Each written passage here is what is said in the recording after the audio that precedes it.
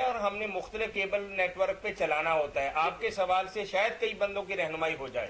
سر جی ہم یہ چاہتے ہیں کہ آپ کے سوال کا پورا جواب جو ہے وہ ہم دے دیں. جی سر حکم سر. جی جواب دے دیا کہ ہم نے اوجڑی جو ہے وہ شریعت اسلامیہ کے روح سے بالکل حلال. جی اب دوسرا سوال کریں. سر جی دوسرا سوال ہے. ہمارے دوست ہیں یہاں پہ. جی انہوں نے نا اپنی بیوی کو, حاملہ ہے ان کی بیوی, جی انہوں نے نا اپنی بیوی کو طلاق دے دی ہے وکیل کے ذریعے نا لکھ کر. 3 بار لکھ کر طلاق بھیج دی گھر میں. ادھر گھر والوں نے وہ طلاق وصول نہیں کی, وہ کاغذ وہ وصول نہیں کیا. جی تو واپس بھیج دیا انہوں نے. وہ کہہ رہے تھے طلاق ہو گئی یا نہیں ہو گئی. میرے بھائی ان کے وصول کرنے نہ کرنے سے کوئی فرق نہیں پڑتا. جب اس نے لکھ دی اور بھیج دیا, لوگوں میں اعلان کر دیا کہ میں نے طلاق دے دی, طلاق تو ہو گئی. وصول نہ کرے. لڑکی 3 لکھ کے ایک ہی دفعہ بھجوائی ہیں تو وہاں ایک طلاق. وہ ایک ہی طلاق. وہ مولانا صاحب بتا رہے نا تھے کہ ساری زندگی اگر 3 بار ہو جائے نا طلاق, مثلا ایک بار دی یا طلاق, بے شک جتنی مرضی کہہ دیں طلاق ہو گئی. وہ مولانا صاحب بتا رہے تھے کہ نہیں ہوتی, زندگی میں 3 چانس ہوتے ہیں, وہ 3 طلاقیں گنی جاتی ہیں. میں یہ پوچھنا چاہتا ہوں برائے مہربانی مولانا صاحب سے پوچھ لیں. آپ بالکل صحیح کہہ رہے ہیں مولانا کہ 3 طلاقیں جو ہیں یہ آپ سمجھے کہ 3 مہلتیں اللہ تعالیٰ نے اور اس کے رسول نے آپ کو دی ہیں. جی یہ 3 مختلف مواقع پہ آپ اپنا یہ حق جو ہے وہ استعمال کر سکتے ہیں.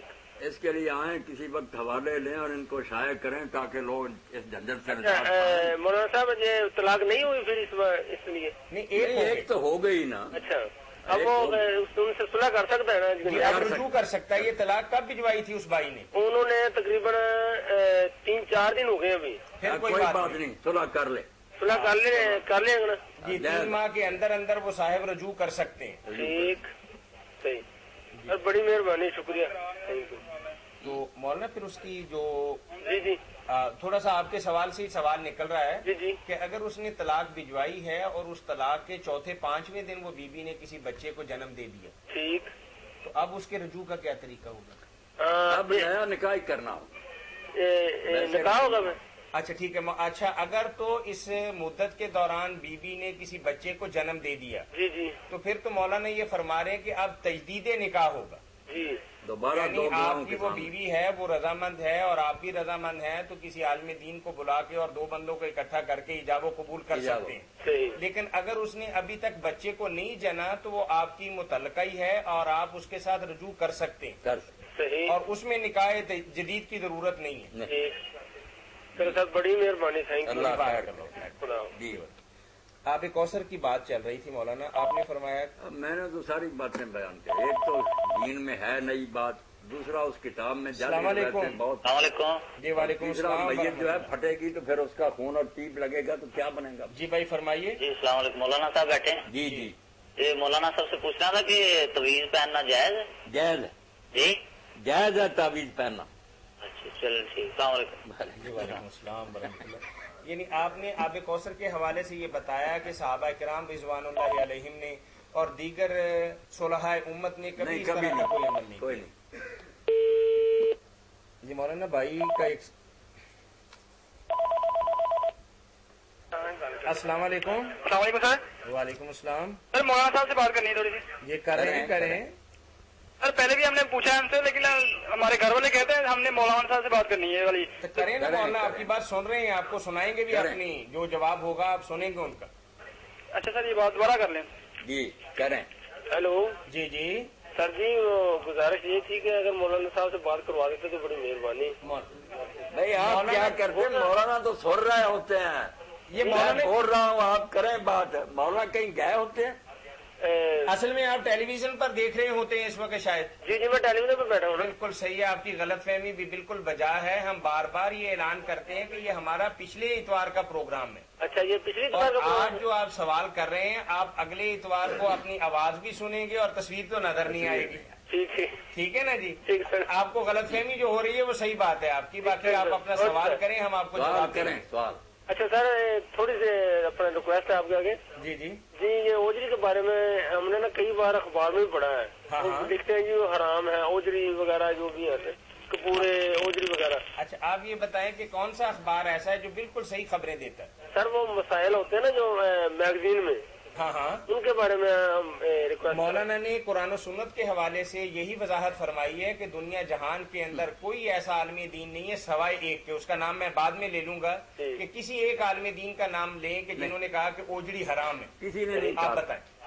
ये इन्होंने इज्तिहाद किया और क्या सी किया, वो क्या नाम है, मुफ्ती मोहम्मद क्या उनका नाम होता है, ये अपना उन्होंने लिखा है कि ओजरी हराम। अहमद रजा खान साहब बरेलवी के बारे में मौलाना ने फरमाया कि उनका ये फतवा है कि ये जायज नहीं है। उन्होंने कहा कुछ चीजें तो पिछले फकीयों ने बताई है नाजायज, कुछ मैं बताता हूँ कि ये भी हराम, बस अपनी तरफ से इजाफे किए। हालांकि पूरे वगैरह भी ना आप हराम का कोई दलील नहीं किसी के पास, मुनक़ते रवायत लिए फिरते हैं कि हुजूर ने इनको मना किया, कोई मना नहीं किया। सब चीजें हलाल है, खानी चाहिए, जिसका शौक है वो खाए। कैसी मजे की चीजें खाम खा लोगों के लिए हराम कर रहे हैं। सही, मगर ये अहले सुन्नत वल जमात का ये सिर्फ उन्हीं का ये अकीदा है कि ये। यार आप ये बताएं कि अहले सुन्नत वल जमात का भी कोई नहीं है। इमाम अबू हनीफा रहमतुल्लाह उनके शागिर्दों ने किसी ने ओजड़ी को हराम नहीं किया। हमारा मुल्क कितना बड़ा है और यहाँ मतलब रोजाना लाखों के हिसाब से, जी जी, यानी हजारों नहीं, मैं कह रहा लाखों के हिसाब से ओजड़ियाँ बिकती हैं, तो कौन खाता है? जी जी, वो ठीक है, सभी खाते हैं। मैं और आप ही खाते हैं ना? जी जी बिल्कुल। और सारी दुनिया जानती है कि मैदे के सर लिए ये आप किस जगह से बोल रहे हैं? इलाज भी है। जी फरमाइए। सर मैं ये रिक्वेस्ट कर रहा हूँ कि आप किस जगह से बोल रहे हैं, मैं ना एड्रेस नहीं जानते हम। आया भी करें ना कभी। ये हम सत्याना रोड पे है, मैकडोनल्ड्स है ना सत्याना रोड पर, थोड़ा सा आगे जाके ना, जी जी, ये मेन के ऊपर ही हम बैठते हैं। ठीक ठीक जी, बोर्ड और बैनर लगा हुआ है। प्रोग्राम लगेगा अगले इतवार को, इतवार असर से मगरब तक। जी हर इतवार, हर इतवार को लगता है। जी हर इतवार। तो ये केबल वाले ये लाइव प्रोग्राम दिखाते हैं? नहीं, लाइव दिखाते तो फिर आप नजर आ जाते हैं ना उसमें। ठीक ठीक। ये अगले इतवार इंशाल्लाह। कितने बजे सर? असर से मगरब। असर से मगरब, ठीक है सर, बड़ी मेहरबानी। थैंक जी, बारकल्लाह। अब मैं आप लोगों को सुना दूं जी, ये सुन। अस्सलाम वालेकुम। वालेकुम अस्सलाम। जी मौलाना से ये सवाल पूछना है कि कराची से मौलाना अब्दुल्ला नासिर रहमानी साहब कुछ अर्सा पहले यहाँ आए थे, हम ऊपर बाजार जुमा पढ़ाया था उन्होंने। जी जी, अप्रैल के शुरू में आए थे। जी, अप्रैल के शुरू में आए थे। जी जी।